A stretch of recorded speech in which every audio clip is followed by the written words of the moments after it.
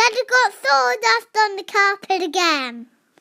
In this video we're going to take a look at how I made this sea urchin out of a piece of cherry, and also some news about a new milliput stockist. Keep watching to see how I did it. Woodturning is dangerous. My videos are designed to give viewers creative ideas. The way I work is not necessarily the best or safest way to work. Your safety is your own responsibility, not mine. Please follow all safety procedures, wear personal protective equipment, wear a visor and a respirator gas mask at all times. Be safe, be creative and enjoy your turning. Good morning folks. Out in the workshop, and I'm going to try something that I've not done before, and that's doing a hollow form. I've done some enclosed bowls that are very enclosed, so they're almost like a hollow form, but I'm going to try and do a little hollow form. And what's prompted me to do this is I picked up one of Simon Hope's pro hollowing tools at Yandles when I went to the show there recently, and it's got the little 6mm cutter on the end, and I also bought the extra head that is angled for getting in the undercuts. It's a lovely little tool. I've not tried it yet and I'm itching to have a go. I bought the separate handle you can get that fits this shaft, and it's probably a bit overkill really, it's a bit big, but I quite like the bigger handles. Yeah, very good bit of kit, and you got in the bottom of the handle you've got your Allen key for doing up the collet. Yeah, fantastic. But this hollowing tool will also fit the hollowing jig, the Simon Hope hollowing jig, which I will be getting hopefully in the not too distant future. That's on my wanted list. But for now I'm going to do a bit of hand hollowing just to get used to this. So that's the idea, and what I'm going to be hollowing is this. It's a cherry log. I was given this by my friend John Walker, and I've had it about a year, and so it won't be very dry. It's probably going to be quite wet. I waxed the ends. I was a little bit slow waxing the end, so I've got a tiny bit of cracking on this end. So this end I'll put in the chuck, and we'll see what we can do with the other end. But that's my starting point. Let's see what happens. I start by mounting the log between centres, and here I'm just getting it to round using a spindle roughing gouge. I'm squaring off the end just using the skew, just to neaten up the end there. Using the skew again, just getting it all nice and smooth. Neatening up the other end with the skew.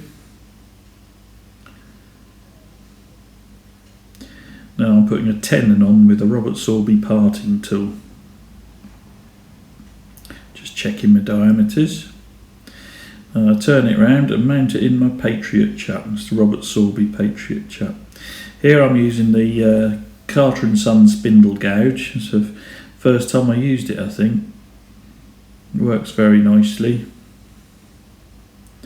Just to create a shape on the end. Bit out of practice with my spindle turning, so I was experimenting a little bit here. It's a good tool, but I need to put a slightly different grind on it just to suit my sharpening system that I've got. Anyway, I'm just getting a nice smooth curve on that now, or trying to anyway. Making sure I'm rubbing the bevel the whole time. Here I'm creating the shape of the urchin. Keeping the bevel rubbing the whole time, getting nice clean cuts.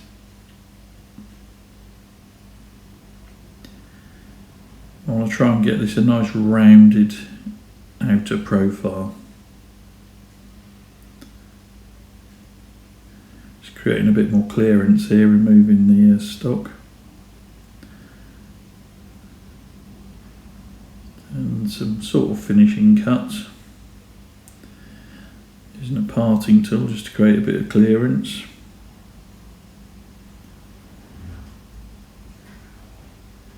This is the base end, this will be the base end. Just here I am, still neatening everything up.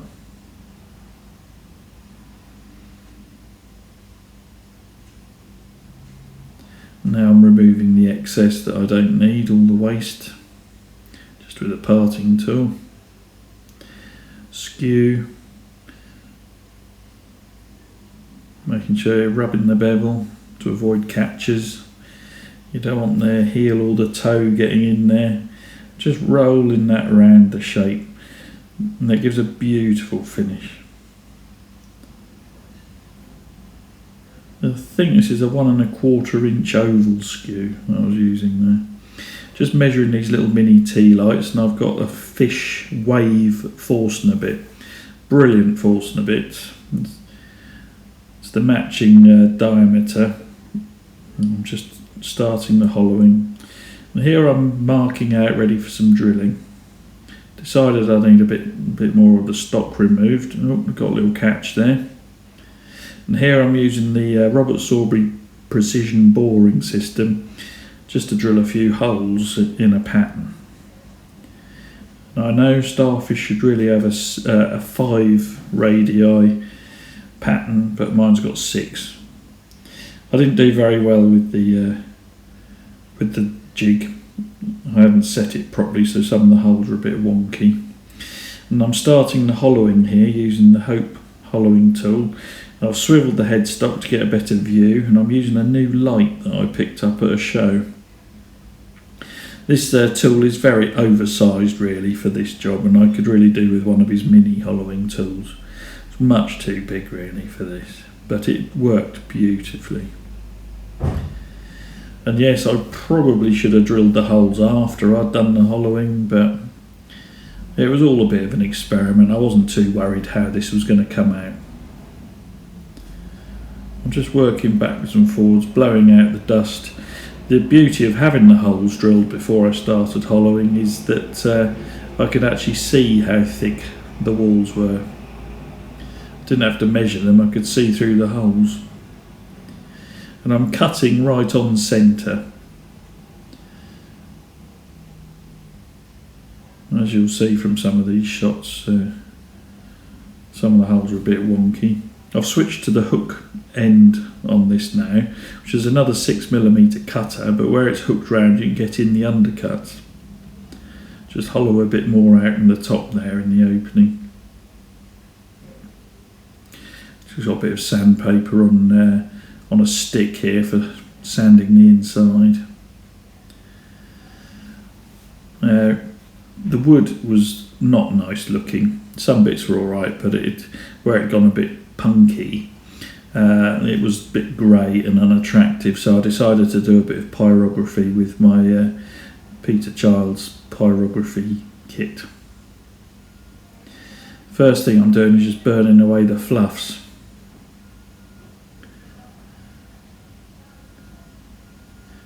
And then pointillism, little dots with your burner. Some of this is sort of highlighting the bigger holes, and some of it's just random dots. Doing the pyrography in the holes is a very good way of getting rid of the fluffy edges. This took quite a long while.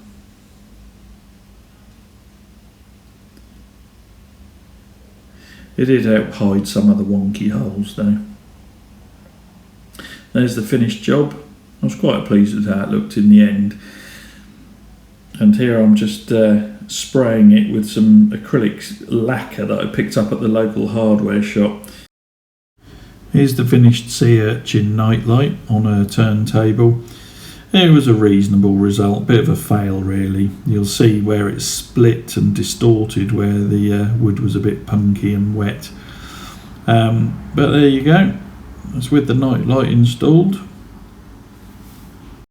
Hello everybody. Sorry it's been so long since I put a video up. The video you've just watched I actually made back in September, almost 4 months ago, and I wasn't overly happy with the piece I made, and then sort of life took over and I was just so busy I've had to change job, and my diverticulitis flared up a little bit as well, and a whole combination of things. And I've been just tired and not enough time. Well, I've lost my creative mojo a little bit, really, but feeling a lot better now, and hopefully I should get a bit more time off and hopefully be able to plan a few more projects for you. Anyway, here's the sea urchin I made, and it didn't really go to plan. I wasn't feeling too well at the time when I made it.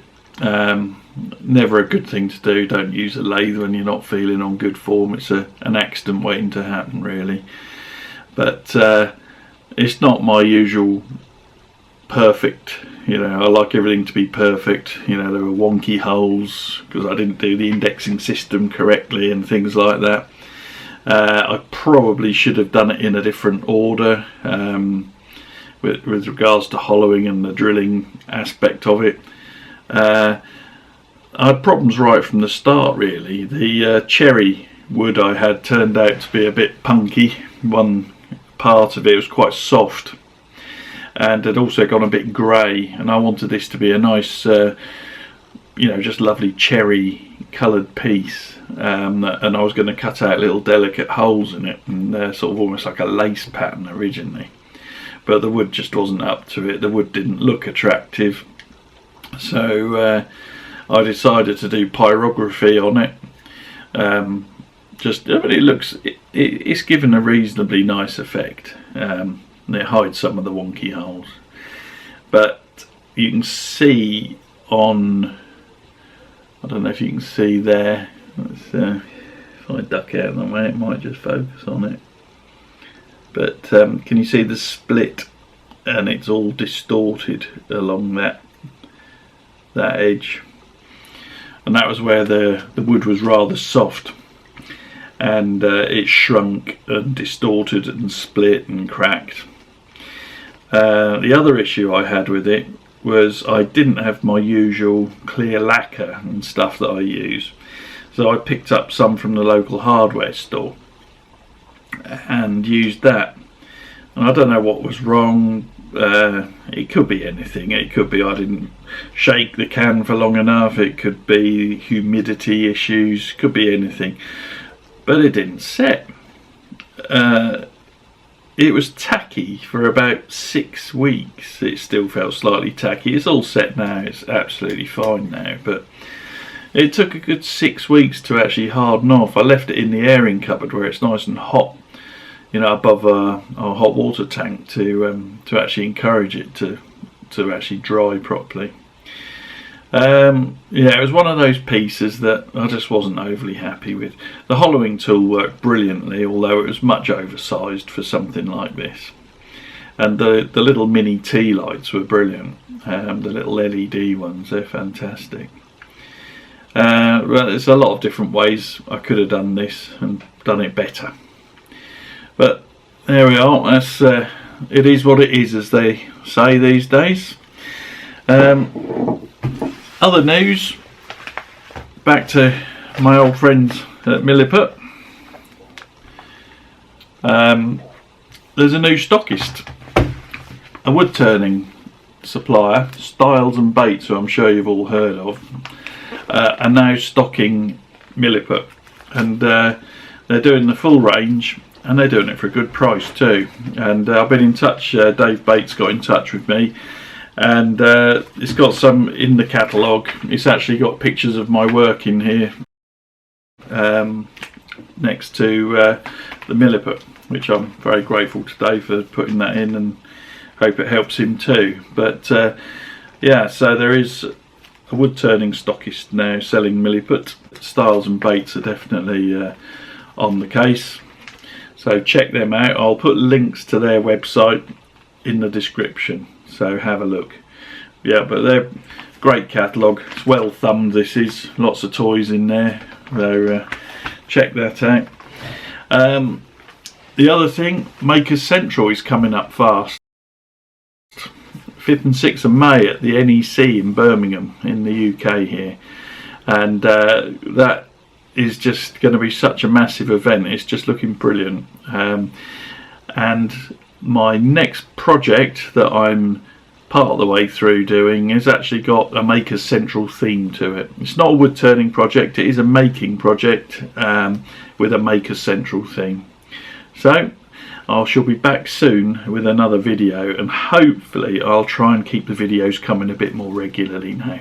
Life has settled down a little bit, I'm less stressed and less tired, so hopefully keep a bit more content coming. I'll try anyway. Alright, well, thanks ever so much for watching, thanks for sticking with me, and thanks to all my subscribers. I'm really grateful. It's been just brilliant. But as I say, hopefully a few more videos. Bye for now. Thanks again for watching. Please like, share and subscribe, and hopefully I'll be back soon with some more videos.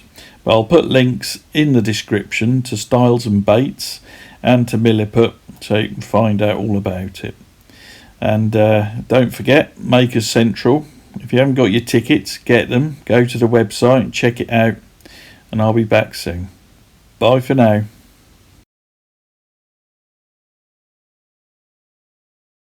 That's a load of rubbish, Daddy.